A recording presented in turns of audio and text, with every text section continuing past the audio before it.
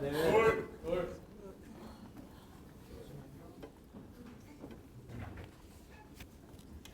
뭐라고 얘기하면 돼요? 고전적 하루 파트 2. 고전적 하루 파트 2.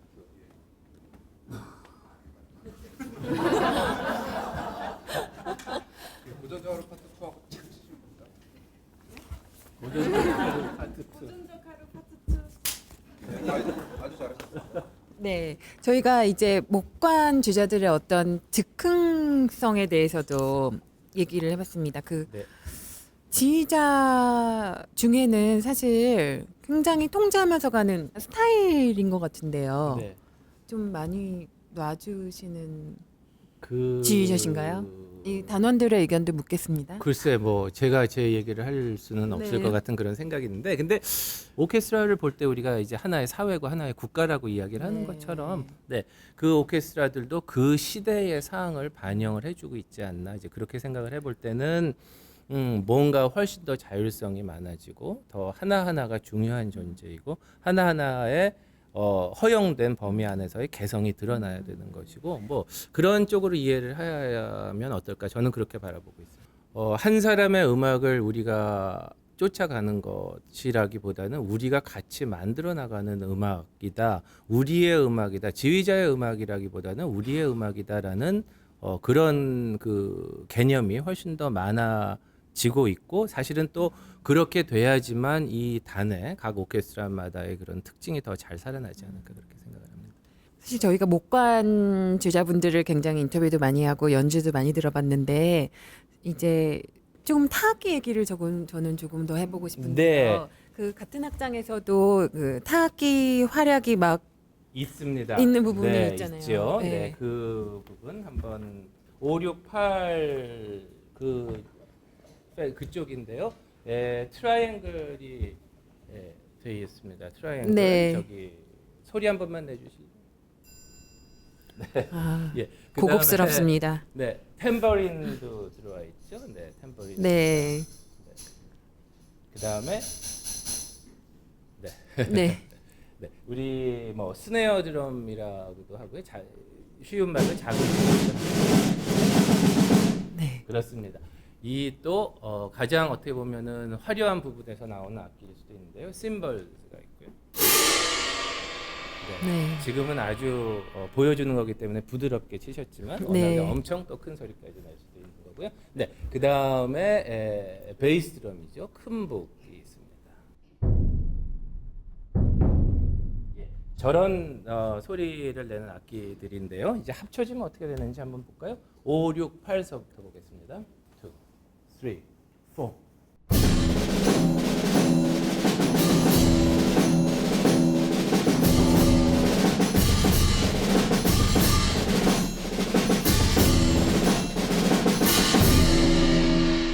그렇죠. 근데 여기서 이제 재미있는 것은 이 스네어 드럼의 악보를 잘 보시면 이렇게 중간에 갑자기 커지면서 효과를 내라라는 이제 그런 표현이 있는데요.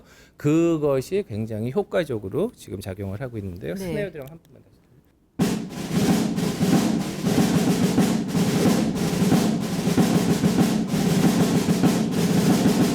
저렇게 이 타악기지만 사실은 팀판이 하나를 치는 거에 있어도 음색이 있는 거거든요. 그래서 우리 수석 수장님처럼 훌륭한 팀파니스트는 음색이 굉장히 다양한 음색이 있는 것처럼 네, 이 타악기에도 음색을 만들어주면서 리듬을 살려줘야 된다라는 게 어떻게 네. 보면 가장 특별하고도 꼭 네. 우리가 해야 되는 면이라고 생각합니다. 잠깐 타악기 파트도 좀 제가 다녀오고 네, 네. 지금 팀판이 그러니까 거의 많은 타악기 주자가 동원되는 곡은 조금 네.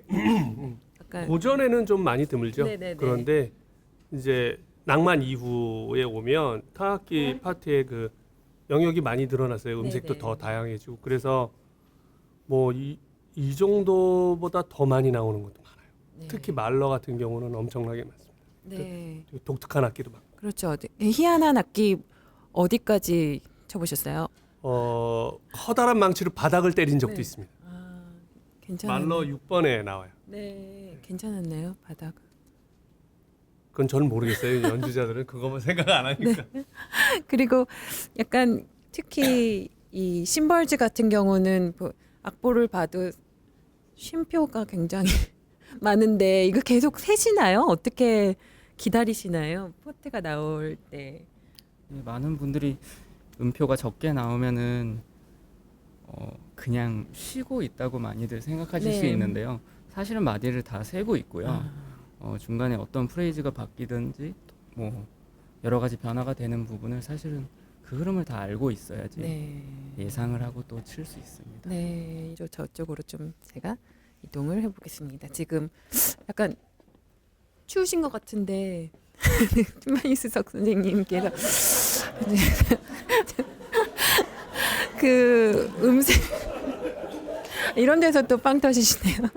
음색 얘기를 하셨는데 사실 다양한 소리들을 낼 수 있는 건데요, 그렇죠? 특히 방금 들려주신 그 셰르자드 사악장 같은 경우에는 그러니까 어떤 소리를 들려주려고 하세요?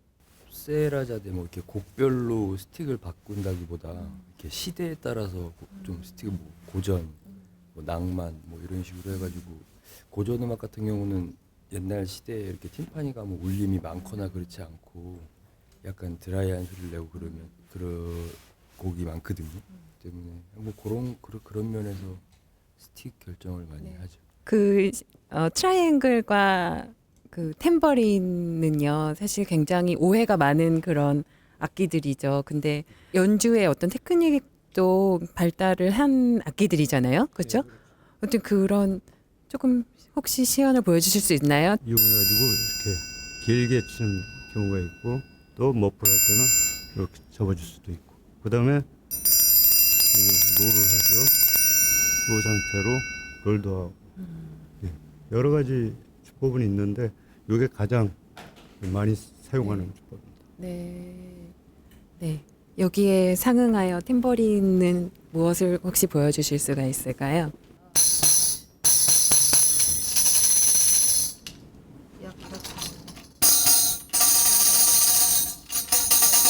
친근의 롤도 있고요. 손가락으로 해서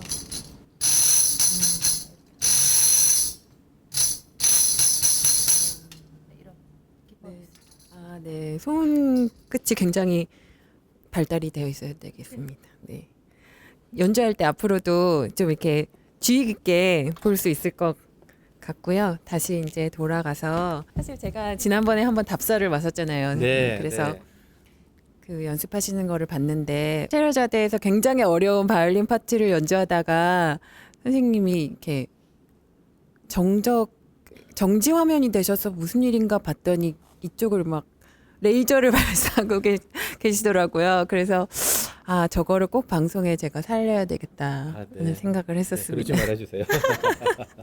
그래서 근데 너무 제가 들어도 굉장히 어려운 사실 부분이잖아요. 바이올린 그렇습니다. 사실 실질적으로 너무 빠르고 빠르니까. 네 어려울 것 같은데 연습을 통해서 그게 많이 개선이 될 수 있고 됐나요? 지금 해보면은 어떤 현상이 일어날지에 대해서는 저도 굉장히 궁금하면서 떨리면서 기대가 되면서 뭐 등등 그렇습니다. 여기 다 표정이 밝으신데 이쪽에 약간 암울한 그 분위기가 지금 한번 그러면 시도해 볼까요? 네 가겠습니다. R부터 부탁드립니다.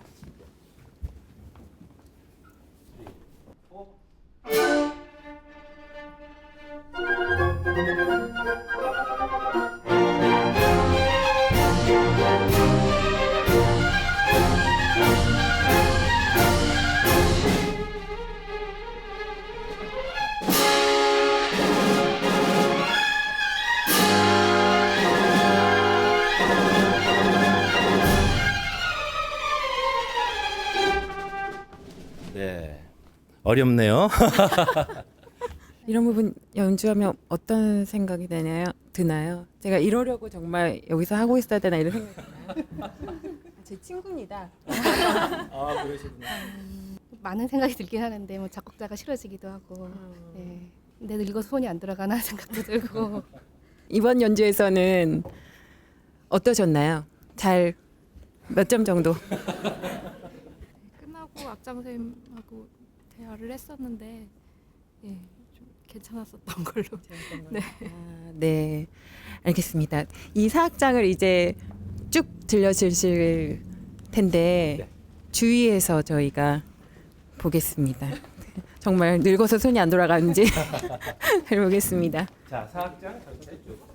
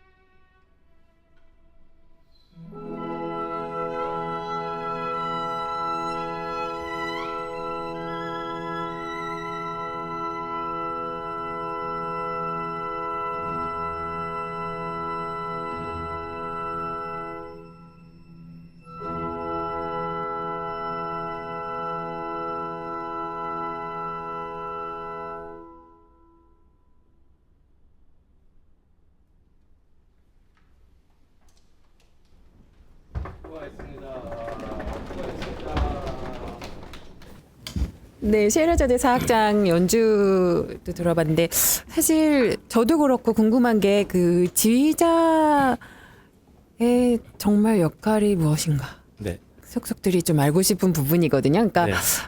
뭐 물론 이 리허설 과정에서 엄청난 그 조율 과정이 있지만 무대에서 그냥 보는 청중은 조금 그런 부분이 궁금할 수도 있을 것 같아서 네. 네, 가장 어떻게 보면 기본적인 그 의무 역할일 수 있는 템포를 설정하는 거겠죠. 네, 음악의 그 가장 기본적인 예술의 종류를 따지자면 공간 예술이 아니라 시간 예술이라는 거를 감안을 할 때는 시간 예술의 가장 핵심은 뭐냐? 어떤 빠르기로 연주하느냐가 가장 핵심인 거거든요. 이거는 뭐 꼭 뭐 지휘자 역할뿐만이 아니라 모든 연주에 있어서 그게 중요한데 특히 이렇게 다수가 모인 데서의 지휘자의 역할이라 하면 그 정확하게 본인이 생각하는 템포를 단원들한테 전달해 줘야 되는 뭐 그런 내용이 가장 큰 내용이자 기본적인 내용이라고 할 수 있고요. 그 이외의 것은 이겁니다라고 참 뭐라고 표현을 하기는 참 어려울 것 같아요. 왜냐하면 말 필요 없이 표정을 보면서도 어떤 음악이 만들어지기도 하고 그러니까는 그거에 이게 어떤 식으로 작용을 해서 어떤 음악이 만들어지느냐는 사실은 공식처럼 말로 할 수 있는 거는 없다고 생각이 되고요. 네. 다만 분명한 것은 오케스트라는 지휘하는 대로 연주를 합니다는 거는 분명한 거거든요. 네. 그 사실은 방금 말씀하신 예를 굉장히 잘 보여줄 수 있는 그 정석 레퍼토리를 또 오늘 연주해 주실 거잖아요. 베토벤의 교향곡 5번. 네, 이 5번은 우리가 그냥 익히 뭐 들어서 시작이 저렇게 하는구나 그 유명한 팀으로 시작을 합니다만 사실 오케스트라 입장에서 보면은 이거가 시작을 하는 게 어떻게 시작을 할 건가에 대한 뭐 여러 가지 이 방법이 있을 수가 있고요. 그러니까 보통 시작하기가 굉장히 난해하죠. 지휘자에 따라서 그러니까 비트 주는 게 어려울 것 같고 이제 그렇게 이해하시면 될 것 같아요. 우리가 말하기 전에 숨을 쉬고 말을 하는 거나 마찬가지로 모든 악기들은 숨을 쉬고 연주를 해야 되는 거죠. 네, 그렇지만 실질적으로 숨이 관련이 안 된 악기들, 현악기들, 타악기들, 피아노 뭐 그런 악기들은 실질적으로 숨을 안 쉬어도 얼마든지 시작을 할 수 있기 때문에 그러니까 그 빛을 준다는 것은 결국에는 숨을 같이 쉬자는 것으로 정해지는 것이 아닐까. 네, 그러니까 숨을 같이 쉽시다를 알려드리는 그거라고 할 수 있겠죠. 그 오케스트라 단원들 얘기를 들었더니 특히 이 운명이라 불리는 교향곡을 할 때 처음에 어떤 지휘자는 너무 부정확하게 혹은 거의 비트를 안 줘서 그 콘서트 마스터 보고 따라간다고 하기도 하던데요. 김대진 지휘자님은 어떤 스타일로 시작하시나요? 어떻게 시작하시나요? 뭘 보고 따라가시나요? 그냥 그 알 수 없는 분위기가 있어요. 이때 들어가야만 하는. 네, 그걸 주로 따라가죠. 그 하면 그러면은 시작하는 부분을 네. 저희도 참 해본 지가 되게 오래됐거든요. 어떻게 시작을 할지 모르겠습니다만 하여튼 한번 시작을 해보시죠. 네.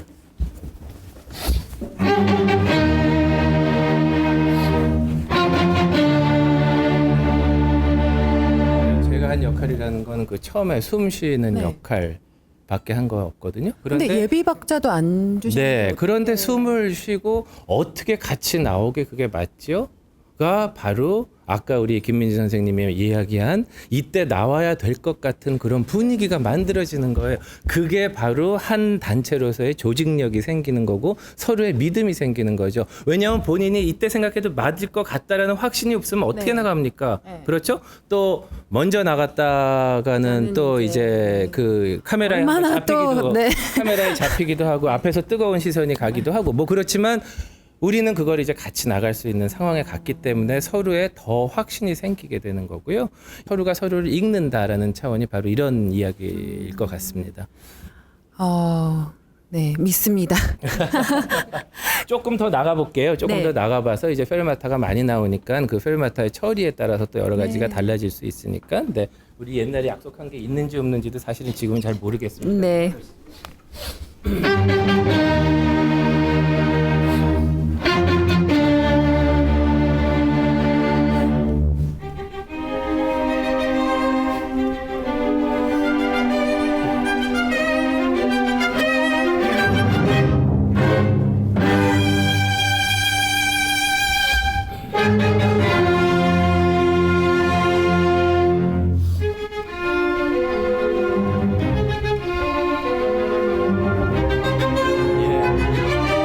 전혀 뭐 리허설 없이 저도 실질적으로 안으로 어떤 계산은 하는 거 전혀 없이 그냥 순전히 제 감정에만 의지해서 예, 순간적으로 아마 이렇게 한번 더 해보십시오라고 그러면 할 수 없을 정도로 저 정확히 말하자면 어느 정도의 길이로 했지라고 기억을 잘 못할 정도로 네. 뭐 연주를 그렇게 하는 건 아닙니다만 지금 이제 어떤 이런 호흡을 보여주기 위한 방법으로 그렇게 한번 해봤었어요. 얼마 만에 연주하시는 거죠?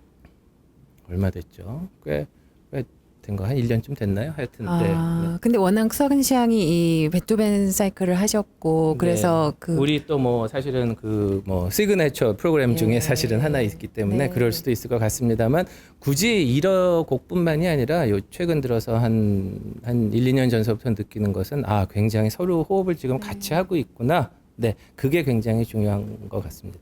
혹시요 지휘자 없이 들어가면 네. 어떻게 흘러갈?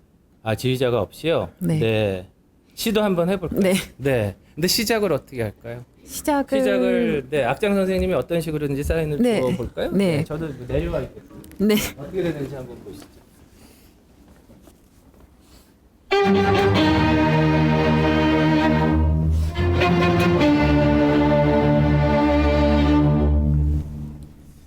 더 이상은 아이고 어서 올라오십시오. 큰일 나겠습니다. 다른 곡은 공간의 의미가 필요한 곡 말고는 일정 부분은 다 잘하실 수 있어요. 네. 그래서 뭐 이 가끔 어떤 오케스트라에서 뭐 앙콜 때 지휘자께서 지휘하다 말고 중간에 퇴장해 버리는 네네네. 경우, 그래서 네. 오케스트라는 아무렇지 않게 네. 연주할 수 있는데 네. 그런 거기 때문에 사실은 이런 테크닉적인 그 지휘자가 필요할 부분은 사실은 악곡에서 몇 개 안 된다고 이해를 하는 게 더 정확한 것 같습니다. 그러니까 미리 해 놓는 부분이 사실은 굉장히 큰 거죠. 그렇죠. 지휘자. 네. 그러고 이제 그게 시간에 따라서 조금씩 변하더라도 그게 서로 읽힌다는 것. 네. 그것이 계속 이야기하는 거긴 하지만 우리가 지금 호흡을 같이 하고 있구나가 굉장히 중요한 것 같습니다. 네, 사실 그 페르마타, 그러니까 길게 느려서 연주하는 부분도 얘기해 주셨지만, 그 무대에서 즉흥적으로, 그러니까 지휘자의 사인에 따라서 음악이 달라질 수 있는 여지가 큰가요? 기본적인 아까도 말씀드렸지만 뭐 그 흐름, 빠르기, 템포에 관한 변화가 크게 있지 않는 이상은 뭐 부분 차이 나는 것이고요. 네. 안 그러려고 하긴 하지만 있었을 것인데 어느 날 갑자기 저 사람 오늘 왜 저렇게 뭐 흥분하지? 굉장히 달리네? 라든지 뭐 어디 아픈가? 왜 이렇게 단원들이요? 처지지? 라는 그런 것이 분명히 있었을 거라고 생각을 하거든요. 근데 저도 우리 모두 다 이제 사람이기 네. 때문에 그럼에도 불구하고 그것이 다 같이 갈 수 있다라는 것은 굉장한 어떤 경지에 이르지 않으면 굉장히 어려운 거란 그런 생각이 듭니다. 네, 사실상 이 베토벤 사실 교향곡들은 그 오케스트라의 그 디테일한 실력 같은 것들이 굉장히 잘 한눈에 드러나는 그런 그렇습니다. 곡들인데요. 그렇습니다. 그러니까 네. 성패를 좌우하는, 그러니까 네. 잘된 운명교향곡 연주 네. 같은 것들은 어디에 있다고 지금 잘된 좀 보여주실 수 있을까요? 베토벤의 연주라고 네. 보는 것이 더 맞을 것 네, 같거든요. 베토벤은 굉장히 작은 입자들이 수만 개가 모여서 하나의 거대한 건축물을 만들고 있는 그런 곡인데 아주 특별하다고 생각을 하신 것은 그 입자에서 몇 개만 빠져도 다른 곡들은 다 그 건축물이 유지가 되는데 베토벤은 그 입자 한두 개가 빠지면은 그 건축물이 단 한순간에 무너지게 돼 있습니다. 네. 그러니까는 사소한 뭐 이 쉼표 하나가 조금 차이가 난다든지 그런 경우에는 이 무너진다는 표현을 쓰거든요. 오케스트라가 이제 무너지기 시작을 하기 때문에 그렇기 때문에 베토벤이 어렵습니다. 특히 연주자의 입장에서 무대 위에서 실질적으로 이루어지는 현장에서 가장 어려운 것이 베토벤이라고 이야기를 하고요. 네, 우리들은 처음에 초창기의 프로젝트에 베토벤 전곡을 다 했기 때문에 그 아주 어려웠던 시간이긴 합니다만 그 터널을 빠져나오게 되면은 굉장히 자신감이 생길 수 있고요. 네, 자기가 하는 것을 자기가 믿게 되는 그런 상황까지 갈 수 있는. 네, 그런 조직력 이 필요한 부분, 네, 뭐 디테일한 그런 부분 부분이 같은 굉장히 것들은 필요한데 한번 살펴보도록 할까요? 볼까요?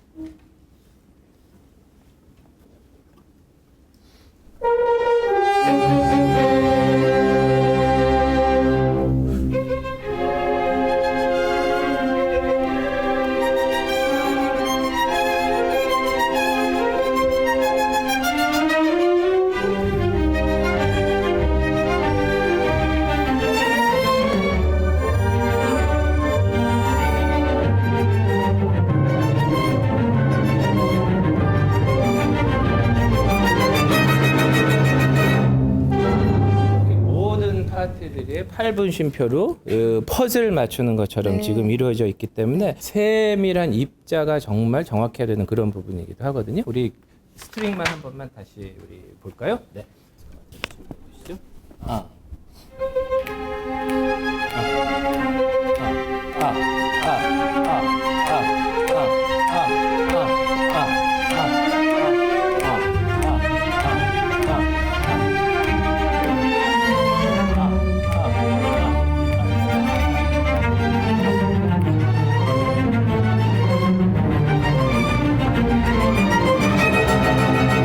네, 이제 아까보다 굉장히 네. 그 들으셔도 금방 차이가 네. 낼 정도로 아주 정교해지기 시작을 한 겁니다.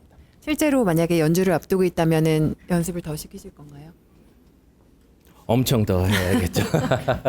만약에 운명교향곡을 다른 부분을 좀 더 원포인트 레슨을 하고 만약에 연주를 한다 하면 네, 네. 어디를 하시겠어요? 그 사실 다른 작곡가들이 썼던 기호들하고는 전혀 다르고요. 네. 왜냐하면 지웠다가 또 쓰고 또 생각해서 또 쓰고 무엇을 원할까, 어떻게 하면 더 완벽할 수 있을까. 그래서 몇 년 후에 다시 작곡한 곡으로 다시 돌아와서 수정을 많이 하기도 그랬는데, 그렇기 때문에 뭐 베토벤의 피아노는 진짜 피아노입니다, 베토벤의 폴테는 정말 폴테입니다라는 말을 하는 이유는 정말로 그게 필요해서 썼기 때문에 그렇거든요. 네. 또 한 가지 우리가 놓치는 것 중에 하나가 이제 슬러 또는 이음줄이라고 표현을 하게 되는데요.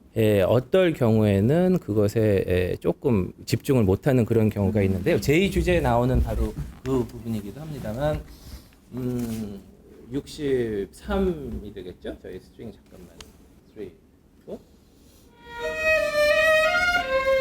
4 네. 다리야라다담까지가 한 라인으로 돼 있고, 그 다음에 뒤에 두 음이 따람 붙어 있어요. 근데 이제 경우에 따라서 듣기에는 디리야디다라라람 이렇게 하나로 돼 있는데, 분명히 악보에 의하면은 그게 이렇게 나눠져 있는 거란 말이죠. 그 조금만 더 차이 한번 아티큘레이션 들어보십시다. 3, 4 그렇죠. 바로 저게 이제 악보에 있는 지시되어 있는 것이고요. 특별히 차이 안 나게 한번 해볼까요, 우리? 3, 4. 네, 그러니까 저것을 어느 정도의 차이를 두고 정확하게 할 것인가가 또 어떻게 보면 약간 해석의 차이일 수도 있지만, 다른 작곡가에 비해서 베토벤의 아티큘레이션, 그 슬러가 있는 것을 처리하는 방법, 그 부분을 어떻게 처리하냐에 있어서 저의 생각은 베토벤 아티큘레이션은 굉장히 강하게 처리를 해요. 심지어 이렇게 이 주제처럼 부드러운 부분이라고 할지라도 그 부분은 굉장히 정확하게 강하게 표현이 돼야 되지 않나, 그렇게 생각을 합니다. 특히 시작 부분에서도 그 폴테시모로 돼 있는데 네.